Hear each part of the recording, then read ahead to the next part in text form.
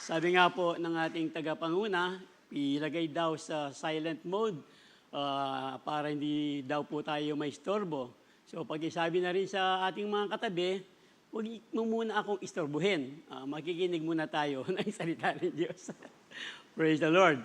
Maulan po kanina at I believe yung pong mga ibay na papunta pa rito, baka naabutan lang ng ulan. Meron po tayong kapatid na kanina, pong ating mga ushers, naka-tricycle pero pinili pa rin makarating dito kahit basang-basa po sila. Pero kahit po malakas ang ulan, pero mas malakas po ang kapangyarihan ng Diyos na ating pag-uusapan ngayong gabing ito. Hallelujah! Praise the Lord. Miguel, okay itong? Ayan, okay na. Ready na yung po Miguel. Yung pong emergency mic.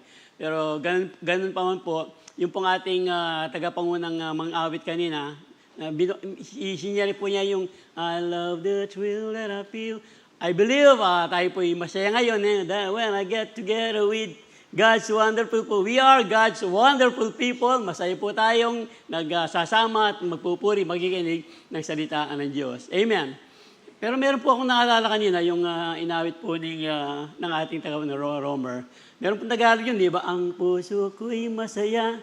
Pero meron pong ibang ano yun. Hindi pa po ito ang ating pag-uusapan. Naalala ko lang, patungkol sa whatever you do, do it all for the glory of God. Remember that verse, 1 Corinthians 10:31, tama ba? 1 Corinthians 10:31. Ang puso ko'y masaya pag naghuhugas ng mga plato. Puso ko'y masaya kahit behind the scene lang ako. Kay inang pagmasdan ng mga Kristiyano pag gumagamit ng malinis na plato. O ako'y masaya dahil, O Diyos, ito ay para sa'yo. Whatever we do it all for the glory of God. Amen. Magkikinig po tayo ngayon ng salita ng Diyos. We will listen for the glory of God. Come on! Woo! Praise the Lord. Hindi pa po yun ang ating pag-uusapan. Naalala ko lang kasi haba pong nagpapaawit po si Romer kanina. Praise the Lord. Anyway, talaga pong ang ating Panginoon na yung pong bahaging last part ng ating inawit, what a powerful name. Talagang, what a mighty God we serve. What a mighty God we serve. What a mighty God we serve. Angels bow before Him. Heaven and earth adore Him. What a mighty God we serve. Ganyan po ka-mighty ang ating Panginoon na ating pong pag-uusapan ngayon. Hanggang pong sa huli, huwag po tayong talagang bibigay, huwag po tayong matutulog. Dahil mamaya po pa sa ating pong panghuli, talagang muli po nating makikita kung gaano po kakapangyarihan. What a mighty God we serve. Yung pong mga milagrong hinihintay natin, kailan kaya? Wala pong imposible sa Diyos. Kanina pong umagang papunta ako dito, talagang minsan, alam mo na yung verse, alam mo na yung salita ng Diyos. Pero doon po sa likod ng kotse, ang nakasulat po, with God, nothing is impossible. Talagang, paalala ko sa iyo, sa akin, sabi po ng Diyos, walang imposible sa Diyos. Nagpapatuloy po tayo sa serye ng mga believers, unfailing faith. Remember, marami na po tayong napag-usapan. Siguro po, na-memorize na sina Moses, sina Noah, sino pa ba? Jehoshaphat, Shadrach, Meshach, Abednego, and many more. Yung pong last Sunday, sino yung pinag-usapan natin last Saturday, Sunday? David? The woman with the blood issue.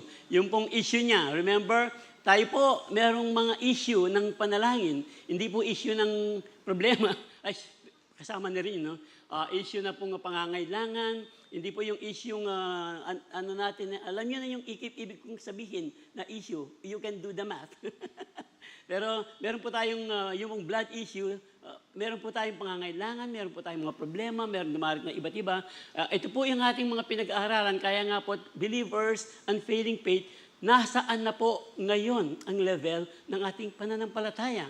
Diba? Iba-iba po yung level ng pananampalataya ng ating pinag-aaralan. Remember, yung pong si Kapitan, Roman Centurion, ang sabi po niya, just say the word. Ang sabi po nung bleeding woman, mahawakan ko lang ang laylayan ng kanyang damit. Ito naman pong pag-usapan natin ngayon na binigyan po natin ng introduction last Saturday, Sunday, si Jairus, the unfailing faith of Jairus, synagogue ruler. Bakit kaya meron pang, bakit hindi lang kaya Jairus The unfailing faith of Jairus. Meron pang synagogue ruler. Mamaya po makikita po natin the importance kung bakit po nasama po yung kanyang title na synagogue ruler. Tuloy po natin ang ating pong pinag-usapan. Pag pinag-usapan po kasi ang synagogue ruler, yung pong synagogue noon po, hindi po yung temple. Ito po parang mga sangay, branch, mga kapilya sa atin po, mga maliliit na churches, synagogue. Ito po, mga small church. Tayo? Miguel? Hello. Nandun po nga ba kang pong nanabing? Okay ka pa, sige. Subukan tayo pa. Ditak pa. Nandun po nga ba, Sabado? Ot ka na ako, nakakataburin ng Michael. May basaya siguro nandun. Praise the Lord. Hallelujah. Nung rin ako, where am I? So, synagogue, small church. Ito po yung building kung saan po yung mga Jewish assembly or congregation meets together. Alam po natin yan, yung pong maliliit na church, synagogue ruler, at yung pong mga sinagogang ito, a Jewish assembly or congregation. Pag sinasabi po kasing synagogue ruler, meron po silang talagang mataas na posisyon sa gobyerno o sa church, sa iglesia. Yung pong synagogue, ito po taken from the Greek word archinagogos. Tama ba? Archinagogos. Yung pong does not always, hindi lang basta nagtuturo, does not always teach. Yun po yung, he is the one of the supervisor, para pong administrator, who chooses the readers and the teacher, and the teachers. Siya po ang pumipili ng mga readers, doon po, kung inyo pong natatandaan, nung tayo po ay nasa Catholic Church pa, po, tandang-tanda ko pa, meron pong isang bahagi doon sa kabila, tapos meron pong dalawa pong mesa yun, dito yung isa, tapos andito po, sasabihin po niya, babasahin niya po nung, this is the gospel of the Lord, praise be to God. Di ba? Remember? Yun po yung ating sagot. This is the gospel of the Lord, praise be to God. Sasabihin po ng congregation. Anyway, ito po, parang ganito po, ang ating pong, siya po ang nag-assign. Kaya mataas, medyo tinitingala po, talagang nire-respeto po itong mga synagogue ruler na ito. Yung kanya pong responsibilidad, talagang he has to make sure. Alam po niya yung Torah, talagang kailangan pong masigurado niya yung mga teaching po, yung mga tinuturo ng kanyang mga inuutusan, accurate, of course, in accordance with the tradition. Very well po siya, he may have been the one who allowed Jesus to teach in Mark 1:21. So, mataas po ang kalalagayan ng synagogue ruler na ipo ito. At saka yung pong pangalan niyang Jairus. Jairus, tayo ka nga tong. Sige, Jairus. Tama ba, Jairus, pangalan mo? Putami ka, mali ko. Jairus po, ayun po nga po ng ating bishop. Jairus. Bisan Tigdo. Marinay siguro. Kasi po, yung pangalang Jairus, ano po yan, yung Greek form na Hebrew, Jair. Nang ibig po sabihin, yun, kung meron po kayong hindi pa naipanganak na lalaki, pangalanan yung Jairus. Kaya nga, he shines, one giving light, the enlightens. Ayan his name means, the one whom God enlightens. Wow, nagliliwanag. So, Jai, medyo dahan-dahan ka, kalanda, lagi kang nagliliwanag. Basta ano na yan, Matthew 5:16, let your light so shine upon men, that they may see your good works and glorify your Father which is in heaven. Hindi kasi natatang ng Jairus? Jason, No, our Father in heaven. That's what we mean. Basahin po natin ang bahagi ng salita ng Diyos na ating pong binuksan. If you remember last Saturday, Sunday, yung pong masusumpungan po ito sa Mark 5:21, Matthew 9:18-26, Luke 8:41-56. However, yung pong sentro po nito, mas maliwanag po dito sa Mark na ating pong pag-uusapan ngayong gabing ito. When Jesus had again crossed over by the boat to the other side of the lake, a large crowd gathered around him while he was by the lake. And then one of the synagogue leaders, ito na po yun, si Jairus, came, and when he saw Jesus, he fell at his feet. He pleaded earnestly with him, "My little daughter is dying. Please come and put your hands on her so that she will be healed and live." So Jesus went with him. Tayo po'y manalangin. Salamat po, dakilang Diyos. Ngayong gabi ito sa isang maikling pagbubulay, pag-aaral ng iyong mga salita. Aming pong dalangin na patuloy ang pagkilos ng iyong presensya, ang iyong kapangyarihan na mapuno palagi ang sanctuary ito, ang bawat sulok ng puso ng aming mga kaluluwa. Kasama po ng iyong lingkod na gagamitin. Wala kaming ibang itataas maliban sa iyong dakilang pangalan.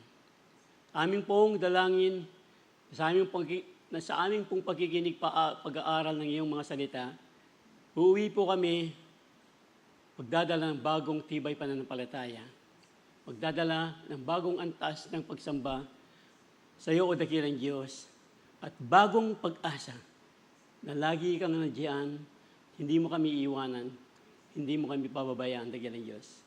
Kaya nga, dakilang Diyos, sa ilang po ang lahat, ng papuri ang lahat ng pasalamat sa iyong matamis at makapangyarihang pangalan, Kristo Jesus. Ito pong aming dalangin.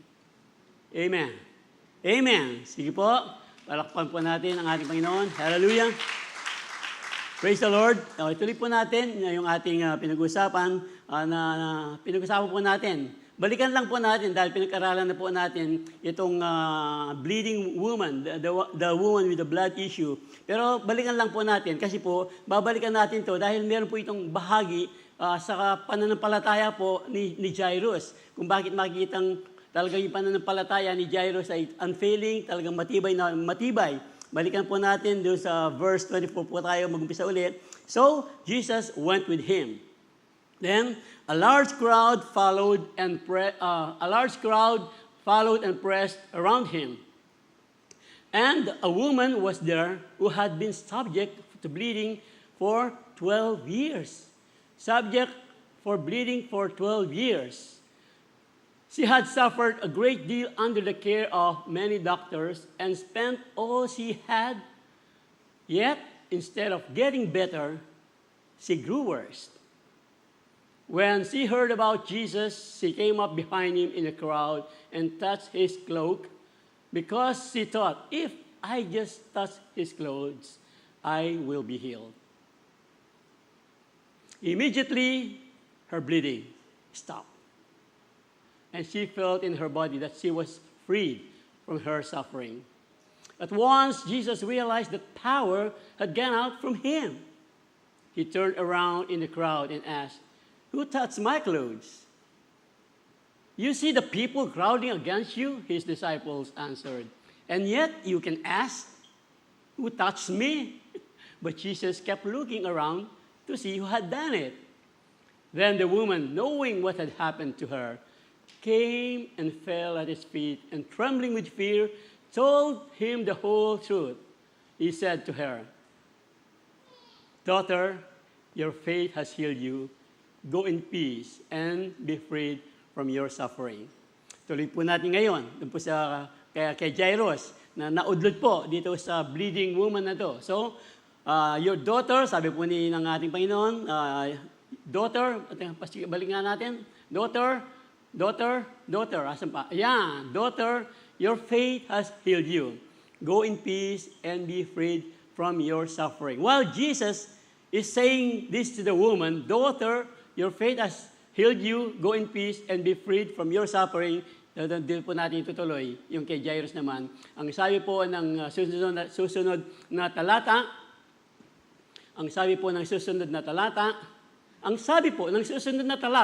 asan na siya? Ayan. Overhearing what they said, Jesus told him, "Don't be afraid, just believe. He did not let anyone follow him except Peter, James, and John, the brother. Overhearing what they said, ano ba yung sinabi nila? Mamaya po, balikan natin. Overhearing what they said, and they did not let anyone follow him except Peter, James, John, and the brother of James. When they came to the home of the synagogue leader, which is Jairus, Jesus saw a commotion with people crying and wailing loudly. Parang mahinan. Crying and wailing loudly. Malakas talagang, siyempre wala namang, pero meron pa rin crying na, yung hikbi, di ba, crying. Pero iba yung talagang iyak na, naalala ko lang, if I may, kwento po kasi ni Pastor Manny, babalikan po natin yan. Kwento po kasi ni Pastor Manny, meron daw pong, true story to, kaya lang, hindi po eksakto, baka magkamali ako. Pero ito po yung gets ko nung nagkwento po siya. Meron daw pong isang nanay, namatay yung kanyang anak, galing po ng abroad yung nanay. Tapos pagkababa, doon sa sasakyan, nagpunta doon sa punerarya, iyak lang iyak. Mama. Pinipigilin na po siya ng kanyang mama. Huwag niyo akong pigilan. Hindi niyo alam kung ano nararamdaman ng nawalan ng anak. Sabi po niya, inak lang, Mama, sige. So, long story short, pinabayaan na lang. Tapos, of course, nung matapos na yung mag-iyak niya, tapos, tara, doon na tayo. Nandun yung kapatid ko nating namatay, sabi niya. Nasa kabila pala yung kanyang, wala lang. Iba talaga pag original yung kwento si Pastor Manny. Sabi mo nga, hindi ako sigurado kung tatawa kayo o hindi. Anyway, tuloy natin. Saan na ba tayo? He went in and said to them, why all this commotion and wailing? The child is not dead, but asleep. But they laughed at him. After, gagagala pa mo. Tapos ngayon, tumatawa. Pabira itong mga... Anyway, tuloy po natin. After he had put them all out, he took the child's father and mother and the disciples who were with him and went in where the child was. He took her by the hand and said to her, Talita cum, which means, little girl, I say to you, get up. Immediately the girl stood up and began to walk around.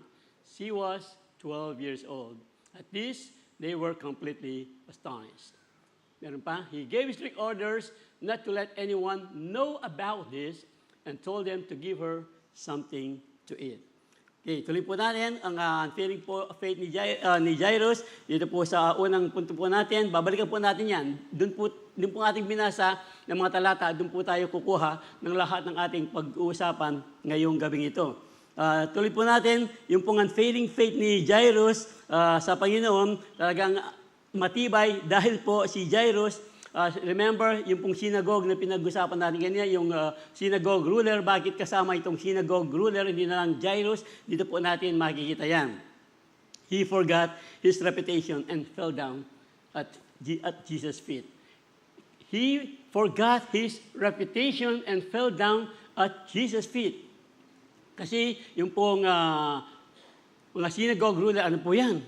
Talagang bis, ano po yan? Talagang bis, kung baga sa mga leader ng church, maganda po yung bis niyan. Pero nung pong nakita niya si Jesus, he forgot his reputation and fell at Jesus' feet. Kasi po, yung kanyang, yung reputation po ng mga synagogue ruler, yung pong mga leaders noon, talaga pong hindi sila, pagdating kay Jesus, hindi pa rin sila niniwalang si Jesus ang Messiah. Marami pa rin na talagang galit kay Jesus nung panahon yun. At maraming mga leaders, mga Pharisees, alam po natin, base po sa kasaysayan. And this Jairus, kung titignan po natin, yung senaryo dito, baka kaya, kung gagawa ako ng magbabaw kay Jesus, hindi kaya ako matiwalag sa aking pagiging synagogue ruler.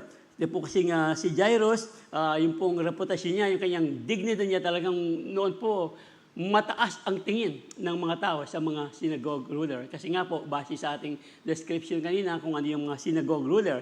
Kaya nga po, sinama yung synagogue ruler para talagang ma-emphasize po natin na talagang si Jairus ay nagpakababa po sa paanan ng ating Panginoong Yesus. Dahil lang po yan, hindi lang po kinilala niya si Jesus na siya ang Messiah dahil sa pagmamahal po niya sa kanyang anak na may sakit na mamamatay na.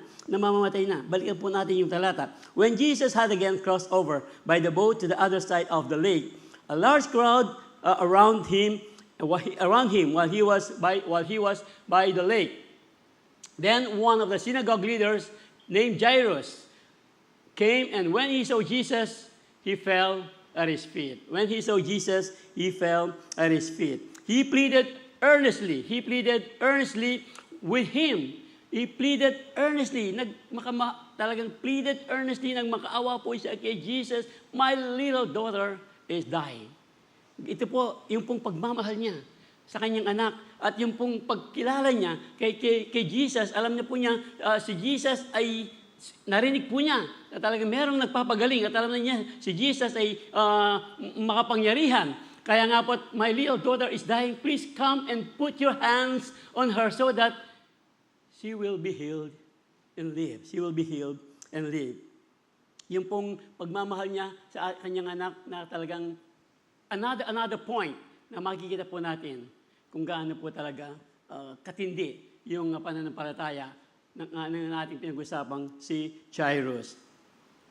Kasi po noon, dito po sa John 12:42-43, natin po sinasabi kung bakit si Jairus forgot his reputation, yung dignidad niya, hindi na niya po inalintana. Many people did believe in him.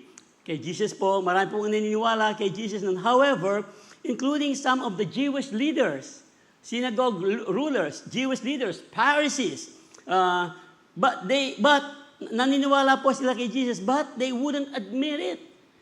Hindi po nila ito tinatanggap dahil natatakot po sila. Lalo na po sa mga Pharisees, would expel them from the synagogue. Ito po yung kanilang kinatatakutan. Would expel them from synagogue for they love human praise more than the praise of God.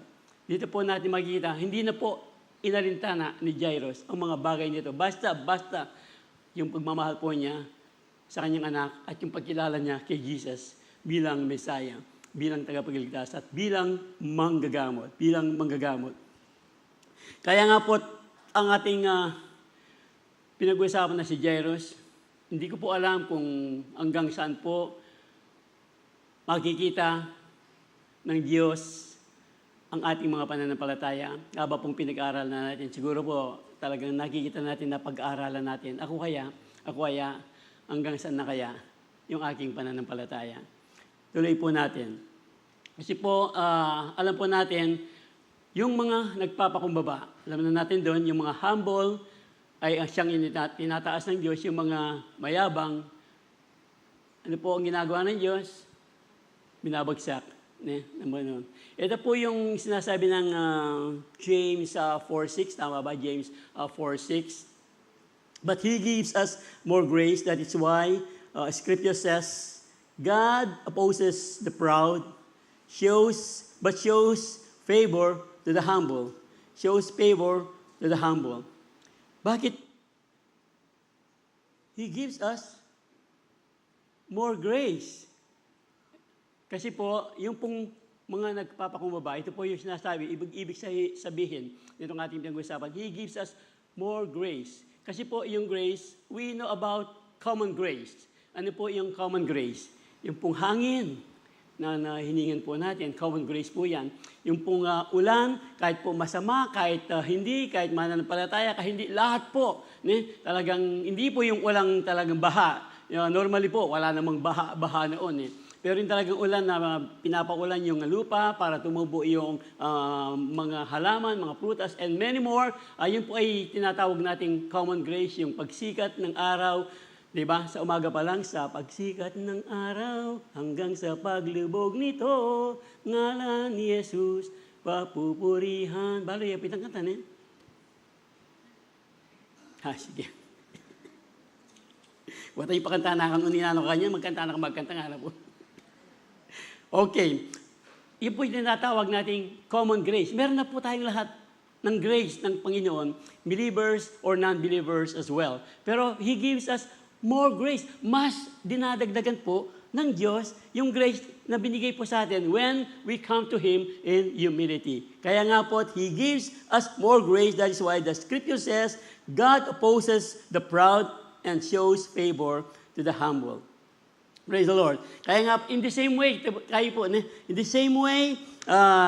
you who are younger must accept the authority of the elders. And all of you, dress yourselves in humility as you relate to one another. So, I believe, nakakasakay po tayo dito, nakukuha po natin ang ibig sabihin nitong tayo pong mga kabataan kahit mga kabataan, kung sakaling alam natin mas marunong tayo kay tatay, o kaya mas marunong tayo sa mga klase natin, wag daw nating ipagyabang yung ating sarili. Baka hindi natin namamalayan, ibinabagsak na po tayo ng ating Panginoon. In the same way, you are younger, must accept the authority. Mas biyasa ko kayo. Mas matas ko sweldo kaya nga na pong misis niya. Kaya dapat yung magpasakop ka na ako na pong misis kasi mas matas siya kang sweldo kang mister. Tingnan mo makanyan, sana lang po. Kaya pong Calvary, lang naman eh. Anyway, tuloy po natin. Where am I? Dito po sa Peter, the same. Parehas po na sinasabi ng James po ito. And all of you dress yourselves in humility as you relate to one another, for God opposes the proud, but gives grace to the humble. Parehas po sinasabi ni Peter at ni James. So, humble yourselves under the mighty power of God. Sa kapangyarihan lang po ng Diyos, under the mighty power of God. And at the right time, He will lift you up in honor. Give all your worries and care to God, for He cares about you. So, give all your worries. Ba't kaya nasama itong give all your worries? Kasi po, when we humble, gaya po ni Jairus, di ba? Ni Jairus, nagpatira pa siya sa paanan ng ating Panginoon. Pagkatapos po niyang nagpatira pa, alam niya na talagang God gives grace to the humble. Pagkatapos niyo po niyang magpatira pa, alam niya yung kanyang ihilingin kay Jesus ay magkakaroon ng katugunan. Kaya nga, give all your worries and cares to God, for He cares about you. When we come to God in humility, doon po talagang pagbinigay po natin sa Kanya yung ating mga alalahanin. Kasi po, when we humble ourselves, yung pong ibang bahagi nito, yung ibang dako nito, baka pag hindi tayo nagpakumbaba, paano natin sasabihin sa Diyos ang ating mga worries pag hindi tayo nagpakumbaba? Kasi baka isipin natin, kaya ko naman ito eh. Lalapitan ko lang si congressman, lalapitan ko lang si kumpare. Pero dito po, ang liwanag po na sinasabi ng Diyos, magpakumbaba tayo sa ating Panginoon and then give all our worries to Him because He cares for us. Mahal po tayo ng Panginoon. God cares for us. Come on, parang ang hinihintay lang ng Panginoon, give all your cares to Him. Pero tayo muna ay magpakumbaba sa harapan ng Diyos. Amen. So nakuha po natin. Kaya nga po, nasa ikalawang punto na po tayo kanina. Yung pong si Jairus, yung pong kanyang reputasyon, yung kanyang dignity, he forgot. So, hindi naman po niya talagang kinalimutan. Talagang, wala na ako. Pero he forgot pa, he set aside. Sinintabi na niya. Siguro nga, bahala na. Sabi niya po, kahit tiwalag ako ng mga ito, kahit ano pang gawin sa akin, sinagog-rural ako, basta, ala na akong pakialam. Basta mapakita ko lang sa aking Panginoong Jesus, ang aking Messiah, at saka sa pagmamahal ko sa aking anak, lalapit ako sa Kanya. Tiwalag na ako, kung hindi tiwalag, alisin na ako sa aking posisyon. It no longer matters, ang sabi po ni Jairus. Kaya nga po, ito yon. He forgot yung kanyang reputasyon, yung kanyang dignity. Alam naman natin, kung if you remember si Haring David, na siya po'y bumalik, talagang sumasayaw siya, hinubad niya yung kanyang damit. Hindi po siya naghubad na, hinubad niya yung kanyang pagkahari. Di ba? Kaya nga si Milcal, tinuya siya ni Milcal. Kaya nga, sabi naman ni David, ala akong pakialam, basta maapuri niya kayong kanakong Diyos. Remember po yung kwento? At dito po, similar. Kasi kay Jairus po, hindi na po inalintana ni Jairus kung ano mangyayari sa kanya. Basta, makasamba lang siya sa kanyang Panginoon, sa kanyang Mesaya, sa ating Mesaya. Amen. Kaya nga po, balikan po natin yung question kanina, bakit kaya, inuna po natin, last Saturday, Sunday, itong si bleeding woman. Ito po ngayon, kung makikita po natin kung bakit po nauna yung bleeding woman. Kasi po, Jairus did not rush, but patiently waited on him. Jairus did not rush, but waited patiently on him. Yun po nga ating pinag-uusapan kanina, kung babalikan po natin, yung talagang ginawa ni Jairus, if I may go back, yung pong ginawa ni Jairus, yung sinamba po niya ang ating Panginoon, nagpakambaba siya, yung pong worshiping Jesus in public places. Worshiping Jesus in public places, ito po yung manifestation ng ating unfailing spirit, ng ating unfailing faith. So sa ating pong paglalakad, tayo ba'y Kristiyanong hindi halata o Kristiyanong halata? Kaya nga po sabi ko kanina kay Jai, hindi naman kay Jai, sa ating lahat, Matthew 5:16, let your light so shine upon men, that they may see good works and glorify your Father which is in heaven. Siguro po, alata ba tayong Kristiyano pag nasa pilahan? Baka una pa tayong nagipag-away sa mga pilahan. Alata ba tayong Kristiyano pag hindi natin kasundo yung cashier sa ating pag nagbabayad tayo? Halata ba tayong Kristiyano pag yung ating in-order na pagkain na yung tagal-tagal hindi pa dumarating? And alata ba tayong Kristiyano pag tayo nagagasap sa mga gas station? Sir, ano pong gas? Unleaded? Ano ba? Regular o platinum? Hindi mo ba nakikita yung aking gas unleaded? Ano sir? Full tank ba o ano? Hindi ba sinabi ko sa iyo full tank kanina pa? No, ano lang po, mga simple. Makikita kaya, mahahalata kaya.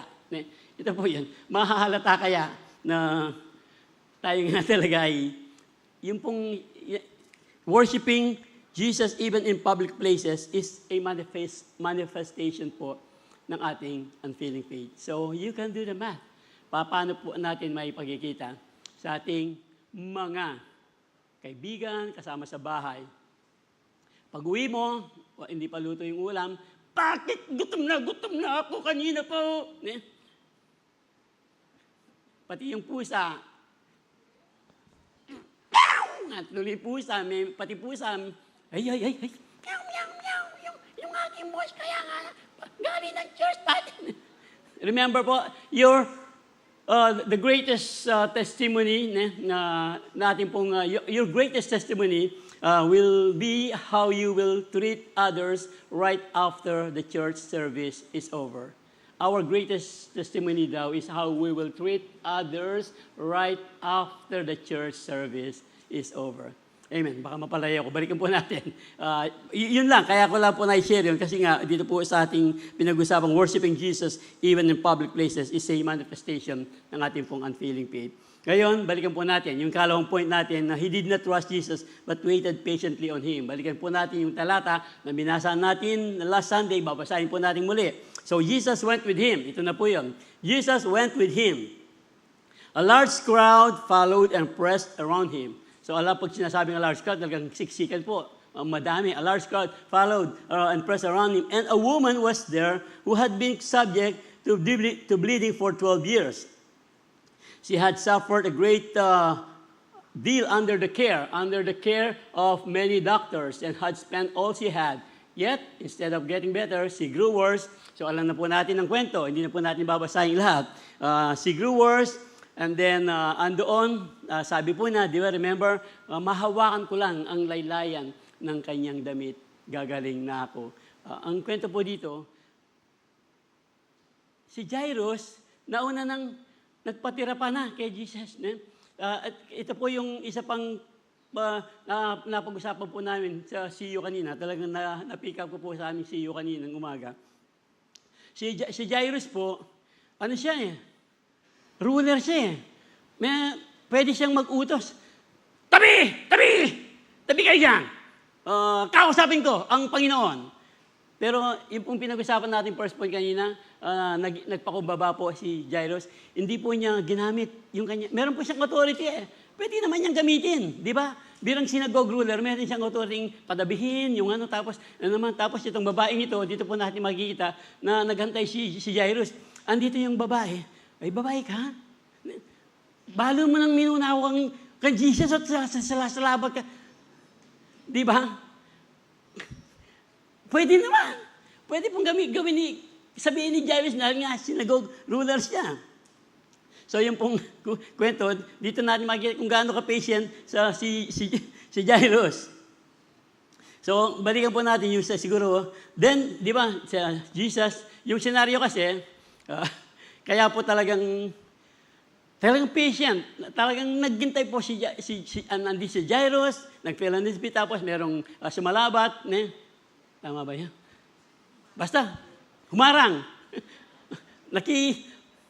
Basta balo yun yan kanto. Di ba? Tapos, hinawakan niya. Ang tagal nun, tapos sinabi ni Jesus, bigla, sino yung humawak sa akin? Ang tagal yun.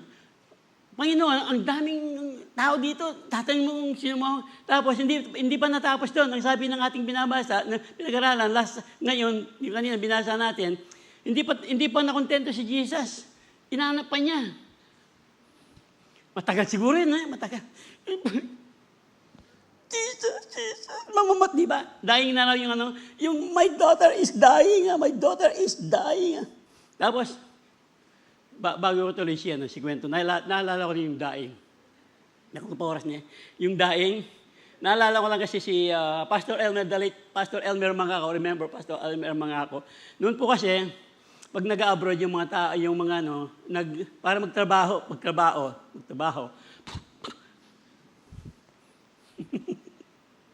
Excuse me po. Usong-uso po kasi noon yung nagtatrabaho sa mga ibang bansa. So, ito pong magtatrabaho. Meron po siyang nagdala po siya ng dried fish, yung daing na bangus.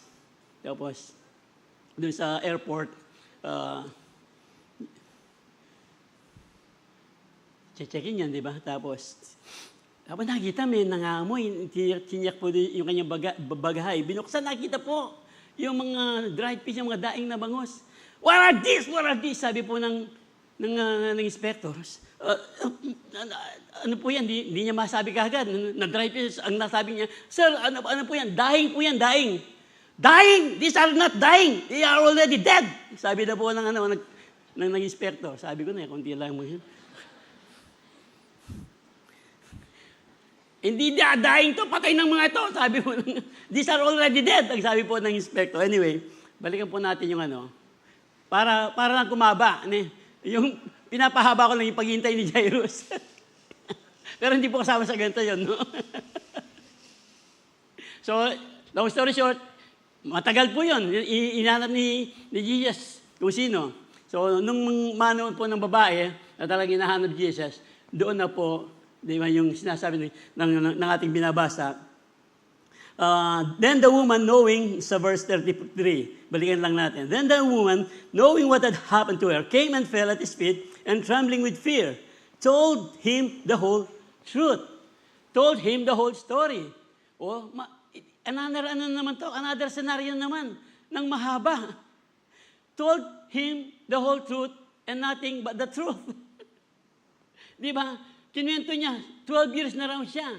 Wala ka pa man, Jesus, 12 years. Di ba, nag-umpisa si Jesus, 33, hindi natin alam kung ilang age si Jesus noon.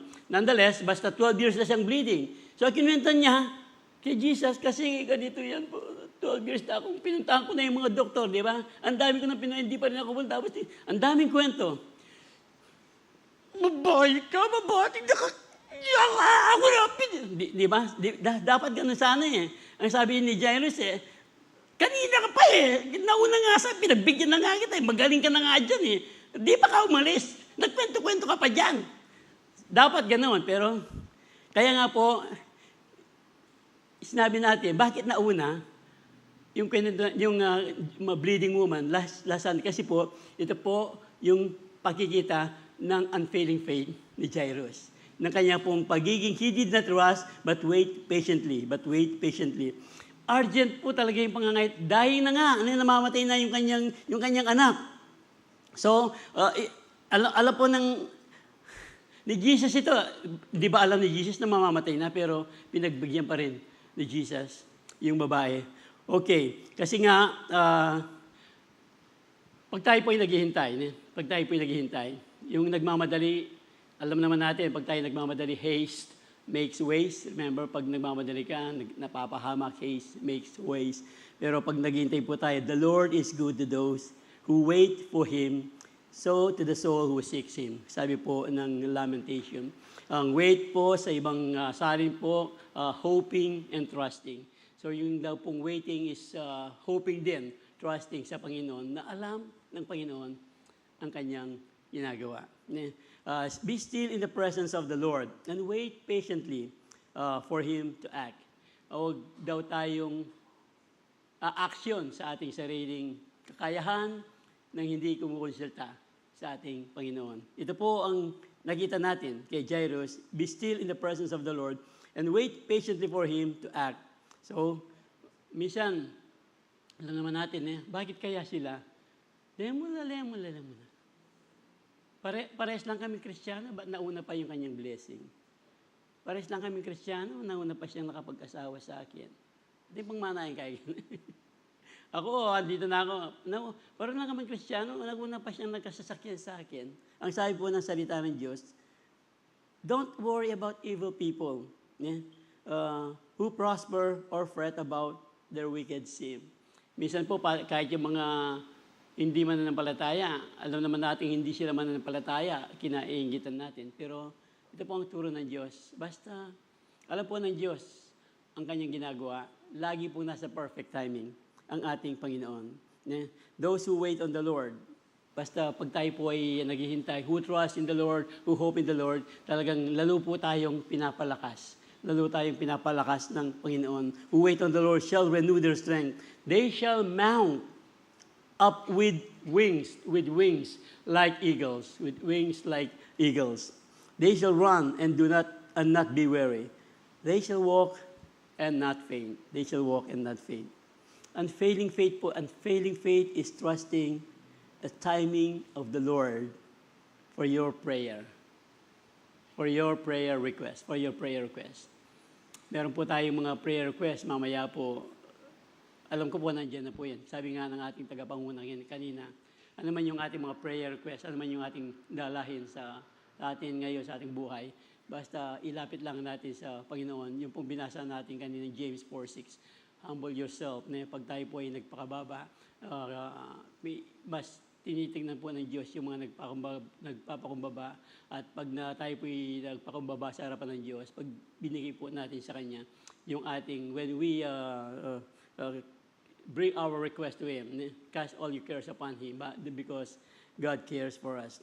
Unfailing faith is trusting the timing of the Lord for your prayer request. Mainip na kayo po, karing-karing panalangin. Nainip na ba tayo? Bakit kaya hanggang ngayon wala pa? Nainggit ba tayo sa mga andyan na yung kanilang mga blessing o instead na mainggit, tayo ba'y na natutuwa dahil meron silang blessing? Yes! Meron silang blessing. Ako naman ang susunod. So ano ang ating magiging response? Mainggit o magagalak para sa kanila? Yung pong unfailing faith ni Jairus, hindi lang po yung talagang sinender siya, he forgot his dignity, kanyang reputasyon, at yung pong paghintay niya, alam naman natin, pag na tayo naghintay ng tapas sa Diyos, ang Diyos po ay talagang, pati po yung takot natin, ma-overcome po natin, pag tayo po ay naghintay patiently. Dahil alam natin, kasi pag naghintay tayo patiently, alam natin, hindi na tayo matatakot, dahil hindi tayo matatakot na ano kaya? Talaga kayang nadidinig kaya ako ng Diyos? Di ba kung minsan na nagpe-pray tayo, tapos magdududa pa tayo kung tayo nga talaga ay pagkikinggan ng Diyos. Pero sabi ng ating pinag-usapan, bigyan daw natin lahat sa Diyos, bahala ng Diyos. Bahala na po ang Diyos. Kaya nga po, Jairus he conquered fear by believing the word of Jesus. So when we believe the word of Jesus, yung pong fear, yung takot, hindi po tayo binigyan ng Diyos ng takot. Dahil ang takot po ay minsan nagagaling po yan sa ating kaaway. Pero balikan po natin yung mga talatang ginamit po ng ating Panginoon. Patungkol naman po kay Jairus, balikan natin. While Jesus was still speaking, people came from the house of Jairus. Ito po yung aking sinasabi kanina, titingnan po natin ngayon. Bakit kaya? Si Jairus, talagang sa kanyang paghihintay, tapos mas nauna pa ito, pero yung senaryo po dito, talagang dito pa papasok yung fear, yung takot. While Jesus was still speaking, some people came from the house of Jairus, the synagogue ruler. Ang sabi po ng mga pumunta kay Jairus, habang sinasabi ni Jesus doon sa babaeng, "Daughter, pinagaling ka na," tapos meron darating kay Jairus, "Patay na ang iyong anak." Sabi ko na nga ba, ito kasi babae. Ito kasi babae. Siningit niya pa. Sana minuna niya yung bumabi. Di ba? Pero ito po, Jairus conquered fear by believing the word of Jesus. "Your daughter is dead," they said. Why bother the teacher anymore? Huwag mo nang abalahin yung ating teacher. Patay na yung anak mo. Overhearing what they said, Jesus told him. Ito po yung maganda. Narinig po ni Jesus yung sinasabi ng mga pumunta kay Jairus, patay na yung anak mo. Kasi po, ito po yung ginagamit ng ating kaaway. Pag binibigyan tayo ng duda ng ating kaaway, andyan ka agad. Andyan po agad ang ating Panginoon. Ang sabi po ng Panginoon kay Jesus, "Don't be afraid. Just believe." Huwag kang matakot, basta magtiwala ka lang sa akin. I got you. Sabi po lagi po sinasabi ni Pastor Jesus, "I got you." Anyway, ganun po naman talaga. Akong bahala sa iyo, ang sabi ng Panginoon. He did not let anyone follow him except Peter, James, and John, the brother of James. Ito po kasi si Peter, James, and John, ito po yung talagang matatapang na po rin. Alam niyo po kasi po kung hindi nagsama kung ang sinama ni Jesus, siguro si Thomas the Doubter, totoo nga, yan, talagang nakakapagduda talaga kung sinama ni pero ito po si Peter, James, and John, ito po yung talagang mga matatapang. Ito po yung James and John, ang sabi nila, "Panginoon, pati pa na kami kape." Matatapang lang po rin. Peter, alam po natin si Peter, sabi ni Peter kay Jesus, "Over my dead body, walang makagagalaw sa iyo." Sabi niyo po di ba? Remember yung si Peter, yung inuhuli na si Jesus, talagang yung kanyang espada, talagang puputulin ang ano po yun? Trivia. Hindi naman talaga, ano pinutol? Tenga.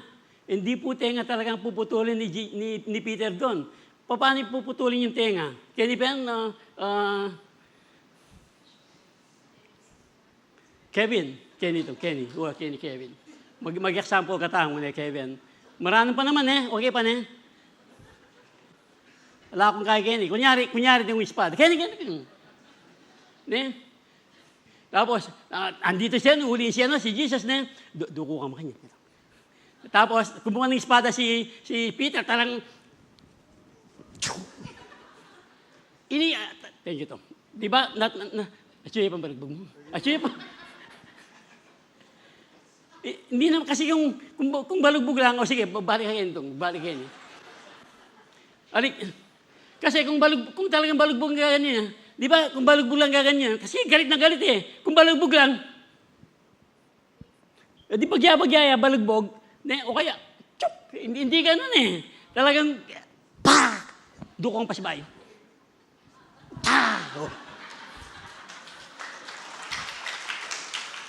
Trivia lang yun. Ano po yan? Just reading between the lines. Pero wala yon. Pero alam natin, balugbog yun Kasi, you can do the math, di ba? Ganun po katapang si Peter.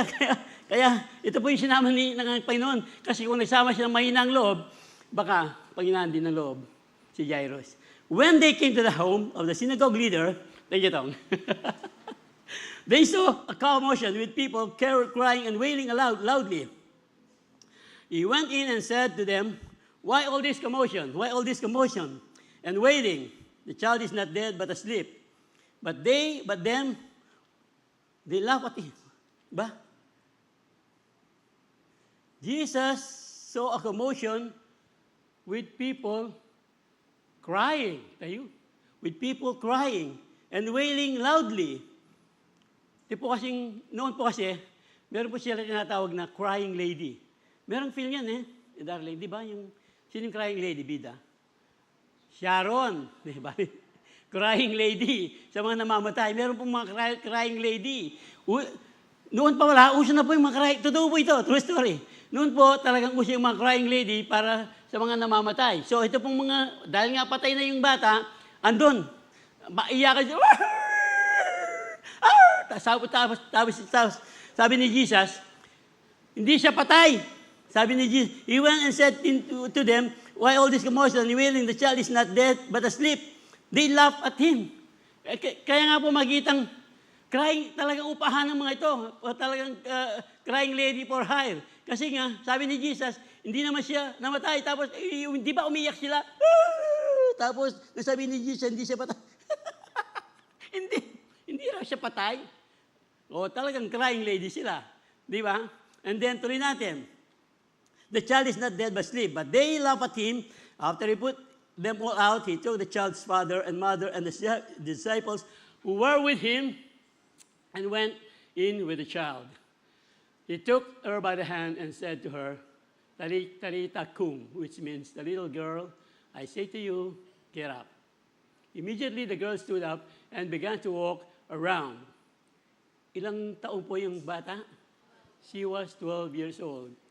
She was 12 years old. At this, they were completely astonished. Ilang taon po yung bleeding woman, kaya po naisama uli yung bleeding woman. Ilang taon pong nagdudugo yung bleeding woman? 12 years. Itong bata, coincidence ba ito? Pagdating po sa Panginoon, walang coincidence. Pagkasilang pa lang ng bata, ando na, nagumpisa na, yung bleeding woman, 12 years yung tapos nang pinagilip ng pagaling sila ng Panginoon, eksakto, walang imposible, walang aksidente sa Diyos. Pag tumugon ng Diyos sa ating mga panalangin, alam ng Diyos kung kailan tutugunin ang ating mga panalangin. Come on! Woo! Praise the Lord. Amen. Napakagaling po talaga ng ating Panginoon. He took her by the hand, and at this, they were all completely astonished. Kaya nga po, pagdating po sa Diyos, kahit hindi pa natin nakikita, pag ang Diyos po, it's never late until God says it's too late. It's never late until God says it's too late. It's never over until God says it's over. Remember this. God always has the final say. God has always the final say. Dahil po, hindi po tayo binigyan ng Diyos ng takot. God has not given us the spirit of fear and timidity, but of power, love, and self-discipline. Kaya nga po, ito pong mga kay Jairus, sabi niya, patay na yung anak mo. Don't believe negatives. Yung pong mga kasama natin, kung minsan meron tayong mga problema, yung pong mga bad company, ang sasabihin ng mga bad company, kahit mga kaibigan natin, yan ang habang sinasabi ko sa iyo. Talagang, di ba?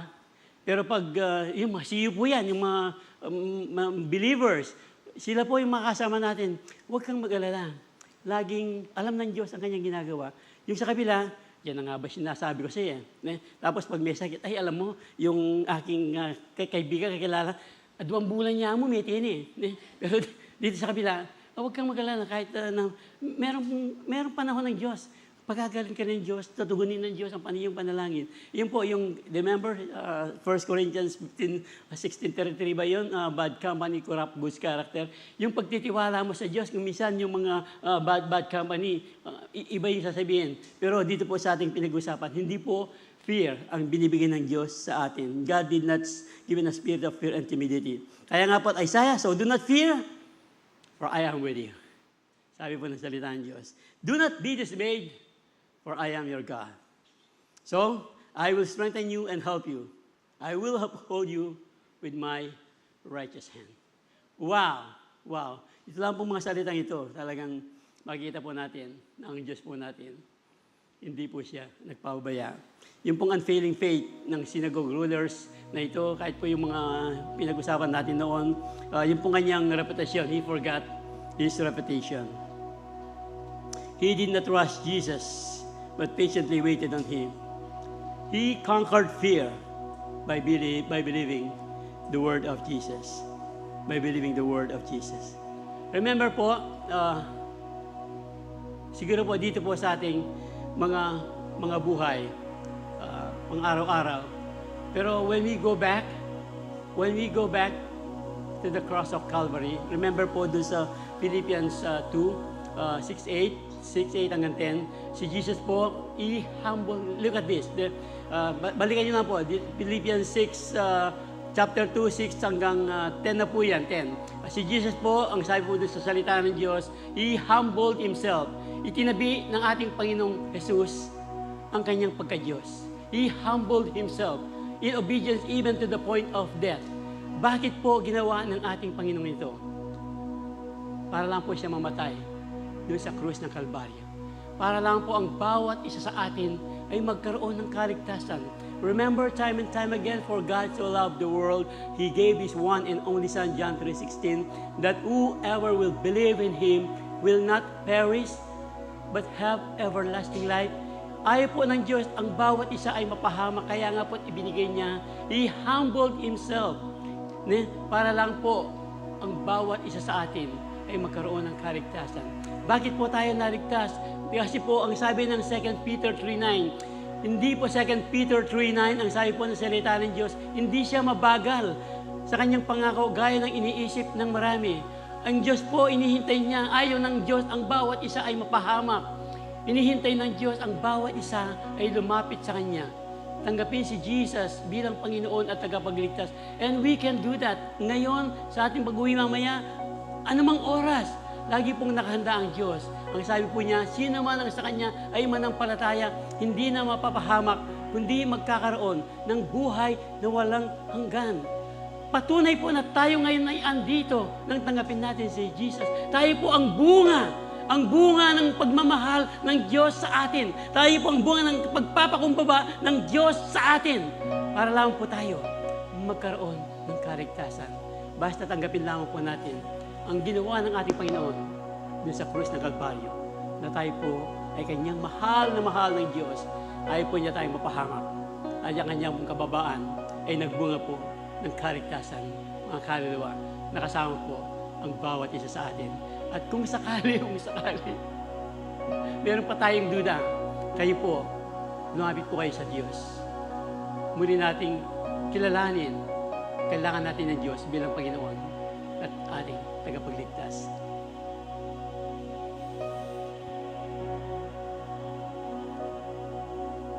Gaya po ng Roman centurion, just say the word, yung bleeding woman, mahawakan ko lang ang kanyang laylayan, yung po si Jairus. Pumunta ka, pero hindi po nawalan ng pag-asa si Jairus. Tayo po kaya nga po ang tanong ko kanina, hanggang saan na po? Tinitignan po ng Diyos ang level ng ating pananampalataya. Kaya ba natin, yung pong ating pag-iintay, kaya ba natin talagang magtiwala sa Diyos, sa kanyang kapangyarihan na ating inaawit? Kaya ba talaga nating magtiwala sa Diyos? Gaya po ni Jairus, seeking, Jairus sought the Lord. Jairus sought the Lord, and Jesus answered him. And He delivered him from his fear. Ito po yung ginawa ni Jairus. Tayo po ngayon, while reading all this, yung po mga katotohanan ito, seek the Lord. Gagawin ba natin itong seek the Lord? And He will hear and answer you. And He will rescue you from all your fears. Ano po yung ating inihiling sa Diyos? Kayo po, alam po nyo, healing, Meron bang imposible sa Diyos? Ang tagal-tagal na. Financial breakthrough,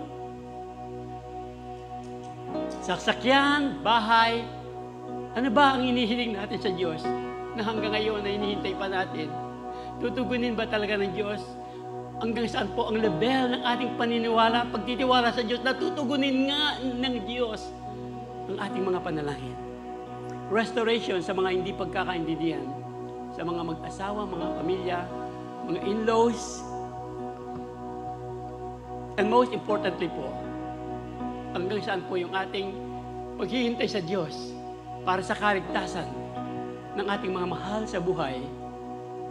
The miracle of all miracles ay yung pong kaligtasan ng bawat kaluluwa na nangyari na po sa atin ang milagro ng Diyos. According to your faith. According to your faith. According to your faith. Praise the Lord. Ang sabi po ng salita ng Diyos, hahanapin ba natin ang Diyos? Sabi po ng Matthew 7:7, huwag po tayong keep on asking and it will be given to you. Keep on seeking and you will find. Keep on knocking and the door will be open to you. Ito po ang hinihintay ng Diyos sa atin. Ask and it will be given to you. Seek and you will find. Knock and the door will be open to you. Come on! Hallelujah! Ang sabi po ng salita ng Diyos, one last verse. Hanapin pa talaga natin ang Diyos. Pagtitiwalaan ba natin talaga ang Diyos sa ating mga panalangin? Psalms 34:4. I sought the Lord and He answered me. He delivered me from all my fears. I sought the Lord and He heard and He answered. I sought the Lord and He heard and He answered. I sought the Lord and He heard and He answered. That's why I trust Him. That's why I trust Him. I sought the Lord and He heard and He answered. I sought the Lord and He heard and He answered. I sought the Lord and He heard and He answered. That's why I trust Him. That's why I trust in God, my Savior, the one who will never fail. He will never fail.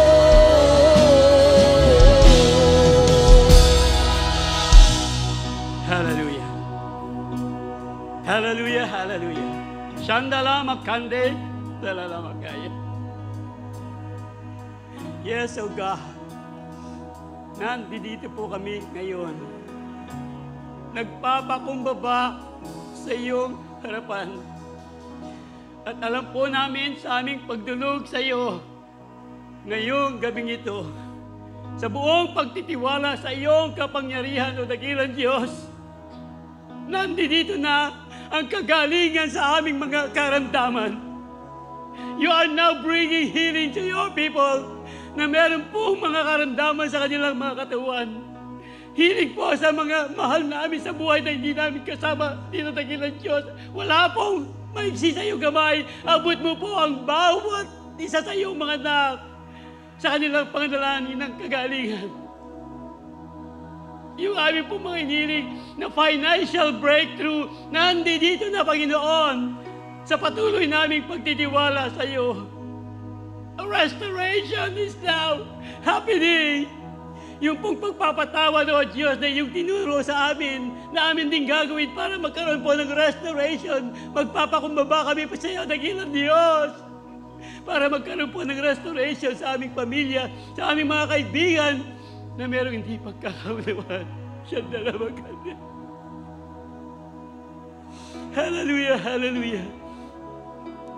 Mahirap man, O Diyos, malaki man. Wala pong malaki, walang maliit na panalangin. O Diyos, pangangailangan na hindi mo kayang tugunin. Yung pong aming mga pinapangarap, pinapanalangin na mautahan ng bahay, mga sasakyan o dakilang Diyos sa buong pananampalataya na hindi dito na, tinugon mo na ang mga panalangin ito o dakilang Diyos. Shandala makande, hallelujah. Praise the Lord, praise the Lord.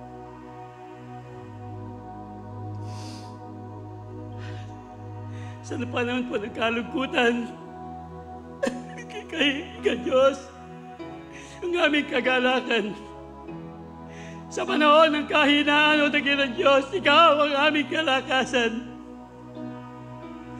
Sa panahon, dakilang Diyos, na kami ay talagang wow na wow sa iyong mga salita.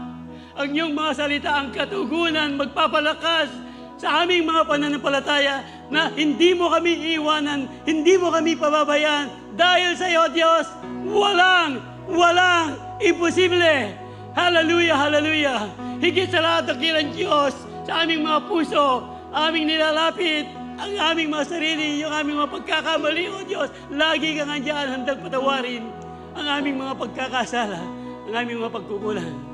Yes, Lord, we will continue to seek you, O God, to serve the Lord. Hallelujah, hallelujah. I sought the Lord, and He heard, and He answered.